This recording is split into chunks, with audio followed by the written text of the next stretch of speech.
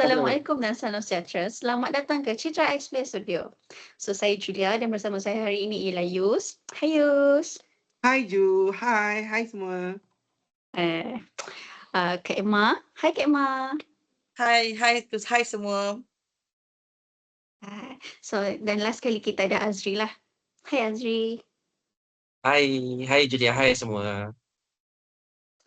Hai. So, hari ni sebenarnya kita nak bincangkan satu topik yang sangat-sangat dekat dengan generasi muda ataupun kita panggil Gen Z. Topik tersebut kita panggil sebagai e-sport. Saya rasa kan bila kita sebut pasal e-sport je, memang ramai akan terus fikir tentang Mobile Legends, PUBG ataupun Valorant. Tapi persoalannya, adakah e-sport sekadar hiburan ataupun sebenarnya satu industri masa depan? Yus, sebagai seorang yang memang mengikuti perkembangan e-sport, apa pandangan Yus? Okey, terima kasih Ju. Okey, pada pendapat you sendiri kan, e-sport ni sekarang memang sangat berubah, jauh sangat berubah daripada generasi yang dulu sampai sekarang yang kita tahu memang sangat berubah secara drastik. Daripada zaman dulu, mak ayah kita, zaman tok nenek kita dulu, mereka tidak ada lagi kecanggihan teknologi AI sekarang seperti sekarang ni. Namun sekarang bila dah berkembang dengan pesat dan drastiknya, kita boleh lihat bagaimana perkembangan industri game ni memberi banyak peluang, okey, untuk generasi sekarang. Okey, dulu lah kan, kalau kita lihat lah kan, dulu orang akan tengok orang yang suka main game ni macam tak ada masa depan, selalu kena marah, okey. Mak ayah kita pun tak suka. Jadi bila Teruk sekarang dulu. ni, ya? Teruk juga dulu. Betul. Zaman dulu memang macam tu. Zaman mak ayah kita sendiri pun tak suka anak-anak dia fokus kepada mainan. So mereka supaya fokus untuk kita tentang pendidikan. Tapi sekarang apa yang kita lihat sekarang ni, pemain profesional daripada industri game ini sendiri dapat menjana pendapatan yang sangat lumayan. Ada yang boleh mendapat ribuan, ratusan mahupun jutaan ringgit dengan penajaan yang besar. Okey, jadi persepsi masyarakat tentang pemain gamers untuk generasi sekarang ni berubah daripada negatif kepada positif. Itu yang sangat membanggakan yang boleh kita lihat pada dunia sekarang. Setuju tak korang? Betul juga. Setuju. Betul, Saya betul. setuju dengan apa yang Yus sampaikan. Sebab sekarang ni kalau kita boleh lihat juga terdapatnya joint event di mana saya bagi contoh di Malaysia sekarang, di negara kita sendiri, kita terlampau banyak sangat food festival yang berlaku di seluruh Malaysia. Jadi kadang-kadang food festival ini ada menjemput bahagian e-sport untuk jadi salah satu senarai aktiviti dalam food festival. Di sini bila mereka buat macam ni, jadi mereka akan dapat memperkenalkan lagi e-sport ni kepada semua orang. Sebab kita dah tahu dah, di dalam food festival ni memang ramai yang akan datang. So, secara tak langsung memberi promosi percuma kepada e-sport untuk lebih dikenali dan diceburi. Betul. Betul juga tu. Faham? Kalau dulu macam Yus kata tadi, memang gamer ni selalu dikaitkan dengan stereotip yang negatif lah. Kalau daripada Kak Emma tadi kan, dah bagi dulu e-sport ni selalu termasuk dekat dalam kita punya, daripada dalam food festival, event-event macam tu. Tapi kalau dari sudut ekonomi pula macam mana? Adakah Kak Emma rasa e-sport ni sebenarnya betul-betul menyumbang kepada ekonomi digital kita? Okey, sebenarnya dia sangatlah menyumbang sebab kalau kita tengok daripada konteks yang lebih luas, apabila berlakunya sesuatu penganjuran aktiviti e-sport ni, so kadang-kadang ia bukanlah hanya terlibat kepada pemain sahaja. Dia banyak lagi yang terlibat seperti pertama adalah penganjur kepada e-sport. Kedua, syarikat telekomunikasi yang di mana ini adalah penting untuk sesebuah event e-sport untuk berlangsung. Kita akan ada juru kamera, video editor, live streamer. Jadi secara tak langsung bila ada banyak jawatan-jawatan seperti ini, ia akan membuka peluang lebih banyak untuk menjana pendapatan. Seperti mana kita tahu, orang yang terlibat dengan e-sport ni adalah orang yang betul-betul minat dengan e-sport. Jadi mereka akan menghasilkan sesuatu hasil yang sangat bagus dan saya yakin e-sport ni akan boleh pergi lebih jauh sebab kita tahu apabila berlakunya event e-sport, hadiahnya agak lumayan yang ditawarkan. Oh, faham. So maksudnya kalau kita nak berjaya dalam industri ni, kita tak perlu jadi pemain profesional pun. Kita jadi streamer, kita jadi salah satu orang panggil AJK lah dekat dalam sesuatu e-sport tu, betul tak?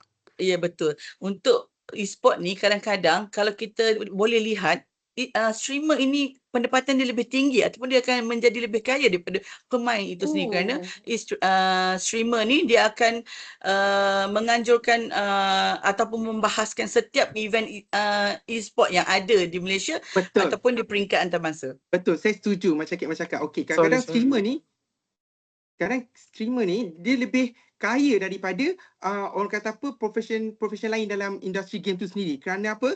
Streamer ni dia seorang yang berpengaruh.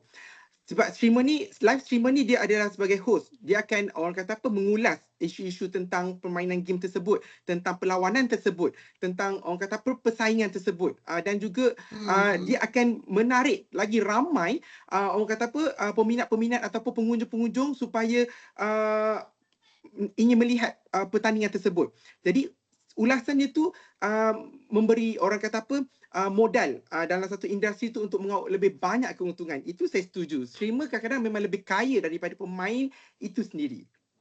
Wah, menarik sebenarnya ya.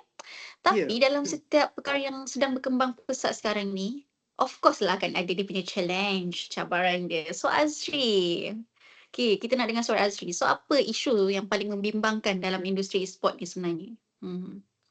Terima kasih Julia. Memang dalam setiap apa-apa jua bidang memang akan ada orang kata cabarannya sendiri. Jadi pada saya, kalau cabaran yang paling besar dalam e-sport tu sendiri adalah macam mana kita nak keseimbangan antara prestasi dan juga kesejahteraan pemain itu sendiri. Kita sering lihat orang kata kejayaan, trofi, hadiah lumayan, tetapi kita jarang membincangkan tentang pengorbanan di sebalik semua benda tu. Ada pemain profesional kita yang berlatih sehingga 10 ke 12 jam satu hari untuk kekalkan dia punya prestasi mereka, dan tekanan yang mereka hadapi ni sangat tinggi. Mereka bukan sahaja perlu berdepan dengan saingan sengit, malah sentiasa perlu orang kata untuk memenuhi jangkaan peminat, pasukan dan juga penaja itu sendiri.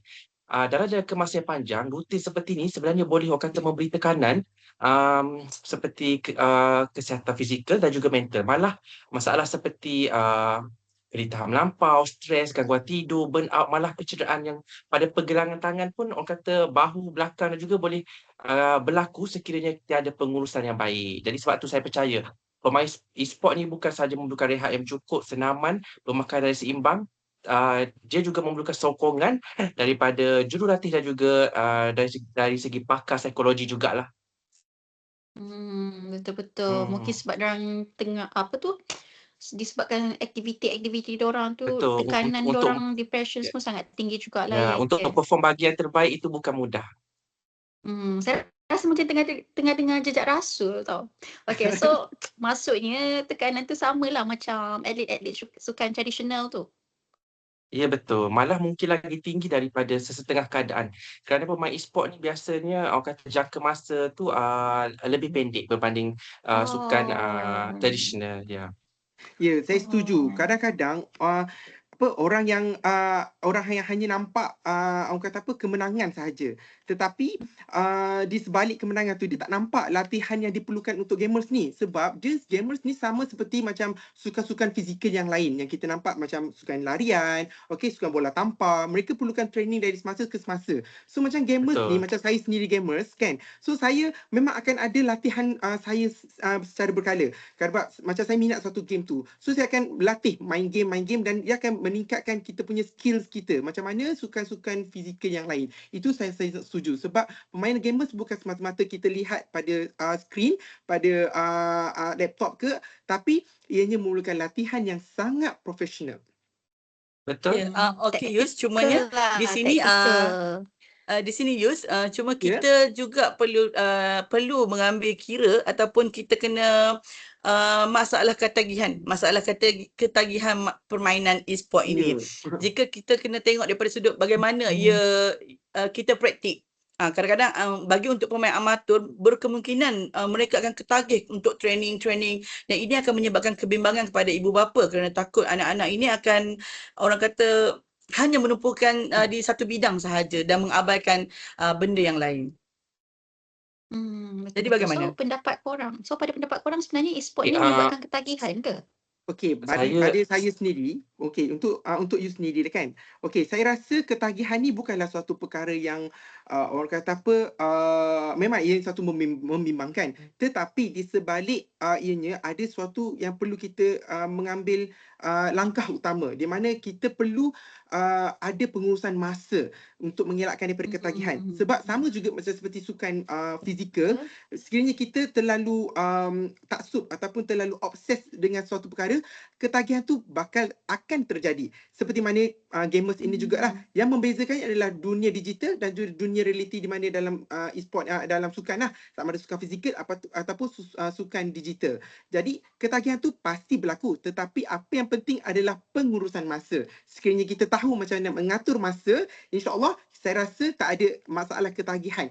Sebab kita tahu dah apa timing kita buat. Macam kita pengurusan dalam masa 24 jam satu hari, kita tahu hari dalam masa pengurusan sekian, kita sendiri yang aturkan. Itu pendapat saya lah. Okay, Betul, pada betul. Setuju. pandangan saya pula saya setuju separuh saja sebab kalau saya tengok dekat permainan video memang ada setengah permainan video tu memang direka khas untuk membuatkan pemain tu dia main secara berterusan. Jadi dekat sini isunya di sini pendidikan digital tu sangat penting. Dia bukan pendidikan itu kepada pemain saja, malah kepada ibu bapa juga. Supaya ibu bapa boleh pantau anak-anak supaya tidak lari daripada matlamat asal lah. Macam tu. Okey. Kemah macam mana Kemah? Seperti mana yang saya utarakan tadi, itu adalah kebimbangan yang diungkapkan oleh ibu bapa. Tapi pada pendapat saya sendiri, saya adalah bersifat neutral. Sebabnya kalau kata teknologi moden dalam e-sport ini, dia terpulang kepada seseorang individu itu.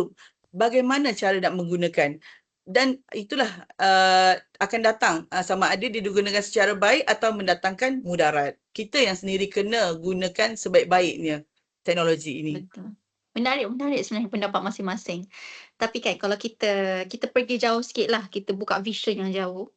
Kalau kita bayangkan dalam 10 tahun yang akan datang, rasanya agaknya lah macam mana industri e-sport ni? Okey, pada pendapat saya lah, saya rasa ini akan berkembang dengan lebih besar dan sangat besar. Kerana peluang yang kita lihat dalam industri gamers ini bukanlah suatu peluang yang kecil. Dalam dunia sekarang ni, kita pada tahun 2026 ini, kita dah mencecah lebih banyak peluang dan juga tajaan di mana ramai generasi-generasi sekarang ni yang sangat excited ya dengan dunia games ni. Mereka tak perlu keluar, tak perlu melakukan aktiviti fizikal kat luar sana yang mungkin memudaratkan dan akan mengalami kecederaan. Mungkin mereka tidak minat dari segi tersebut. Mungkin mereka minat dari segi duduk sahaja di bangku dan melihat skrin dan bermain game. Dan kat situ saja bukan sekadar duduk dan membuang masa, tetapi ianya menjana pendapatan yang memberikan peluang dan juga manfaat kepada mereka. Jadi peluang ni kita akan dapat lihat sekiranya mereka masuk dalam orang kata apa, pendidikan yang lebih tinggi seperti di universiti, mungkin akan ada lebih banyak akademi e-sport dan program universiti yang berkaitan dengan e-sport ni sendiri. Itu saya sangat setuju dan saya sangat yakin bahawa industri e-sport ni akan berkembang jauh lebih besar daripada apa yang kita sangka sekarang. Okey, kalau pada pendapat saya pula, mungkin 10 tahun akan datang melihatkan kepada betapa lajunya teknologi moden sedang berlaku sekarang. Jadi saya rasa berkemungkinan juga teknologi AI juga boleh mengambil alih peranan analisis prestasi dan juga pengalaman penonton. Mungkin AI boleh membahaskannya dengan lebih lanjut lagi. Lebih dalam lah dia punya Lebih tu. dalam, ya betul. Okay. Pada saya pula, saya berharap agar perkembangan pesat yang berlaku dalam e-sport ni, dia berlaku seiring dengan bersama-sama dengan perlindungan terhadap pemain dan juga kesejahteraan mereka. Sebab saya percaya pemain e-sport ni dia bukan sahaja memerlukan rehat yang mencukupi, senaman, pembakaran yang seimbang macam saya cakap tadi kan. Jadi kejayaan dalam e-sport ni dia kata bukan sahaja bergantung kepada kemahiran pemain, tetapi juga kepada kemampuan seorang tu menjaga kesihatan dan juga keseimbangan hidup mereka. Jadi orang kata mental health pun kena jaga juga. Jangan orang kata terlalu mengejar kejayaan dan juga teknologi, Terlalu tapi taksub jaga lah. diri sendiri dulu. Macam itulah. Betul. Menarik pendapat masing-masing ya. So baiklah, sebelum kita tamatkan podcast kita hari ini, saya nak setiap panel beri satu ayat. Satu je. E-sport pada masa depan adalah macam mana ayat depan dia, saya nak e-sport pada masa depan adalah, so saya nak dengar daripada Yus, Kak Emma dan juga Azri. Boleh tak sambung ayat saya tu kat belakang tu? Okey, boleh. Okey, pada saya e-sport ni satu kerjaya yang semakin dihormati. Okey, pada saya pula, e-sport ini adalah pemacu penting kepada ekonomi digital. Wah, pada saya. okay, menarik. Pada saya pula, Azrin pula. e-sport pada masa depan adalah peluang yang perlu diuruskan dengan bijak. Dan bagi saya pula, e-sport bukan lagi sekadar permainan tetapi satu fenomena yang sedang mengubah cara kita bekerja, belajar dan berinteraksi dalam dunia digital. Setuju. Terima kasih kepada Yus, Kak Ma dan juga Azri. Okay, dan terima kasih kepada semua pendengar yang mengikuti podcast kami.